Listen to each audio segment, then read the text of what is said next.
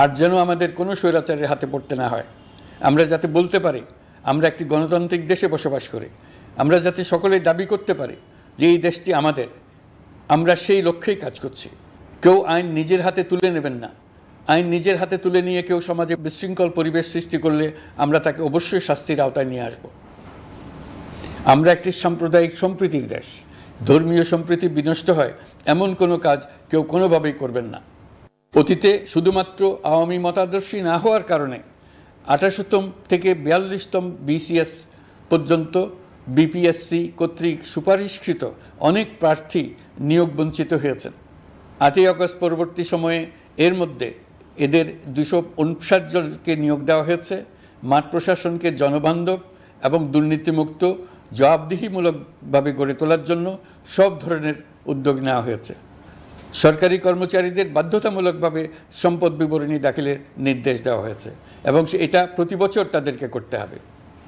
ধ্বংস হয়ে পড়া একটা জনপ্রশাসনকে নিয়ে যাত্রা শুরু করেছি। মন্ত্রণালয়গুলোর উচ্চতম পদে যারা নিয়োজিত ছিলেন তারা অনেকে দায়িত্ব ছেড়ে চলে গেছেন, কিংবা পদে থাকলেও সহকর্মীদের চাপের মুখে কাজ করতে পারছিলেন না, বাধ্য হয়ে পদত্যাগ করেছেন।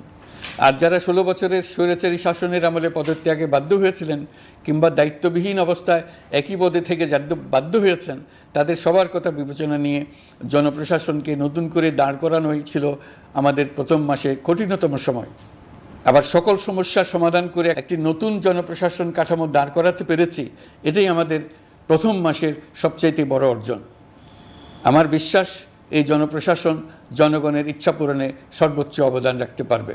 অতি স্বল্প জনবল নিয়ে দাপ্তরিক কার্যক্রম শুরু করা হলেও প্রথম দিকে বিভিন্ন মন্ত্রণালয় ও বিভাগ থেকে পাঠানো বিবিধ প্রস্তাব দ্রুত গতিতে এবং আইনগত সমস্ত বাধ্যবাধকতা মেনে সিদ্ধান্ত নেওয়া হয়েছে। গত 1 মাসে বিভিন্ন মন্ত্রণালয় ও বিভাগ 198টি অতি গুরুত্বপূর্ণ বিষয়ে সিদ্ধান্ত নিয়েছে। জনপ্রশাসনের 135 জন অতিরিক্ত সচিব, 227 জন যুগ্ম সচিব এবং 120 জন উপসচিবকে পদোন্নতি প্রদান করা হয়েছে। 59টি জেলার জেলা প্রশাসককে প্রত্যাহার করা হয়েছে এবং নতুন 59 জন জেলা প্রশাসককে নিয়োগ দেওয়া হয়েছে। 67 জন কর্মকর্তার চুক্তিভিত্তিক নিয়োগ বাতিল করা হয়েছে। 10 জন যুগ্ম সচিব, 8 জন অতিরিক্ত সচিব, 6 জন সচিবকে ওএসডি করা হয়েছে। বাংলাদেশ পুলিশের 80 জন ডিআইজি, 30 জন পুলিশ সুপার সহ 110 জনকে পদোন্নতি প্রদান করা হয়েছে। 1 জন ডিআইজি, 1 জন এডিশনাল ডিআইজি, 4 জন পুলিশ সুপারকে চাকরিতে পুনর্বহাল করা হয়েছে। আইজিপি সহ 10 জন অতিরিক্ত আইজি, 88 জন ডিআইজি, 21 জন এডিশনাল ডিআইজি, 177 জন পুলিশ সুপার সহ মোট 297 জন কর্মকর্তাকে বদলি করা হয়েছে। ছাত্র শ্রমিক জনতার বিপ্লবের মূল লক্ষ্য ছিল গণভবন। এটা ছিল স্বৈরাচারের কেন্দ্রবিন্দু। এই সরকার বিপ্লবের প্রতি সম্মান দেখিয়ে গণভবনকে বিপ্লবের জাদুঘর হিসেবে ঘোষণা দিয়েছে। ছাত্র জনতার ক্ষোভকে স্থায়ীভাবে তুলে ধরার জন্য গণভবনের আর কোনো সংস্কার করা হবে না।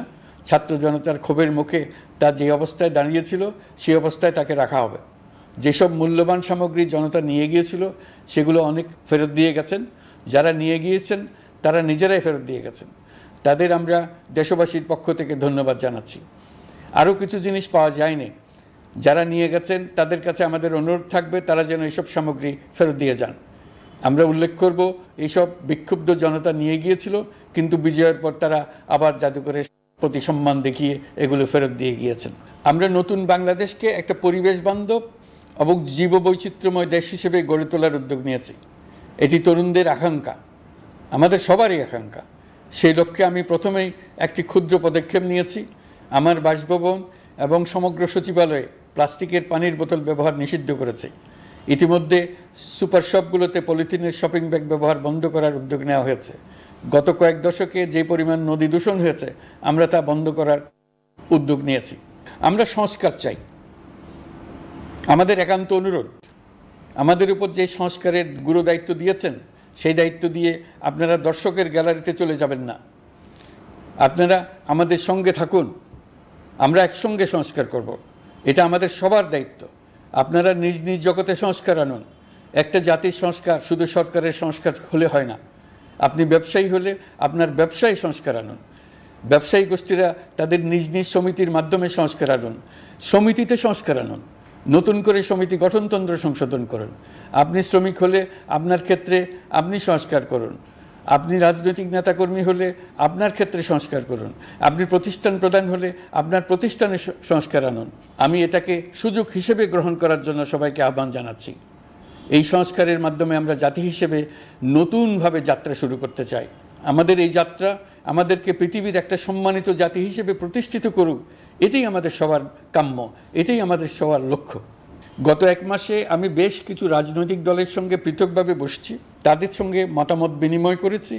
তারা আমাদের উৎসাহিত করেছেন, ছাত্র শ্রমিক জনতার বিপ্লবের লক্ষ্যের প্রতি সমর্থন জানিয়েছেন, সংস্কারের কাজে পূর্ণ সহযোগিতার দেওয়ার আশ্বাস দিয়েছেন।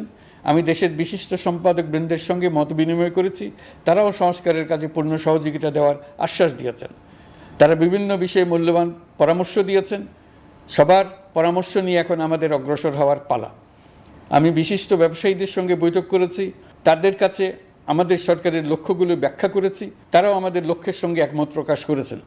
আপনারা জানেন, ছাত্র শ্রমিক জনতার ঐতিহাসিক জুলাই গণ অভ্যুত্থানের মুখে এবং হাজারো মানুষের আত্মদানের বিনিময়ে বাংলাদেশে ফ্যাসিস্ট সরকারের পতন হয়েছে।